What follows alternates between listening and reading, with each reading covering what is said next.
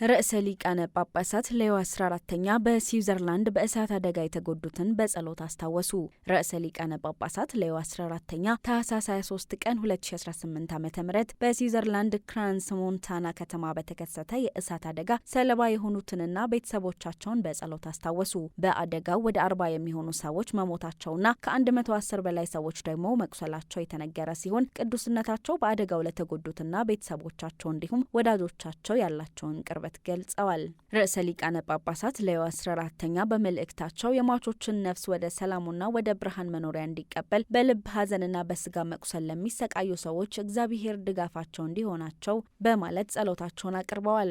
በስዊዘርላንድ ክራንስ ሞንታና በሚገኝ ተራራማ አካባቢ በሚገኝ ባር ውስጥ የጎርጎሮሳውያኑን አዲስ ዓመት ምክንያት በማድረግ በተዘጋጀ ድግስ ላይ የተነሳው የእሳት ቃጠሎ 40 ለሚሆኑ ሰዎች ሞትና ለሌሎች 110 በላይ ለሚሆኑ ሰዎች መቁሰል ምክንያት ሆኗል። የአካባቢው ባለስልጣናት አደጋው የተከሰተው ከእኩለ ሌሊት በኋላ እንደሆነና መንስኤው ምን እንደሆነ ለመለየት ምርመራ እየተደረገ እንደሚገኝ ገልጸዋል። የጣሊያንና የፈረንሳይ ዜጎችን ጨምሮ በርካታ ተጎጂዎች እስካሁን ድረስ የደረሱበት ያልታወቀ ሲሆን ከተጎጂዎቹ አንዳንዶቹ እስከ 16 ዓመት ዕድሜ ያላቸው እንደሆኑ ተነግሯል። በስዊዘርላንድ የጽዮን ሀገረ ስብከት ታህሳስ 23 ቀን 2018 ዓ.ም በተከሰተው አሳዛኝ አደጋ የተሰማውን ድንጋጤና በአደጋው ለተጎዱት ለሚወዷቸውና ለቤተሰቦቻቸው የተሰማውን ሐዘን ገልጿል።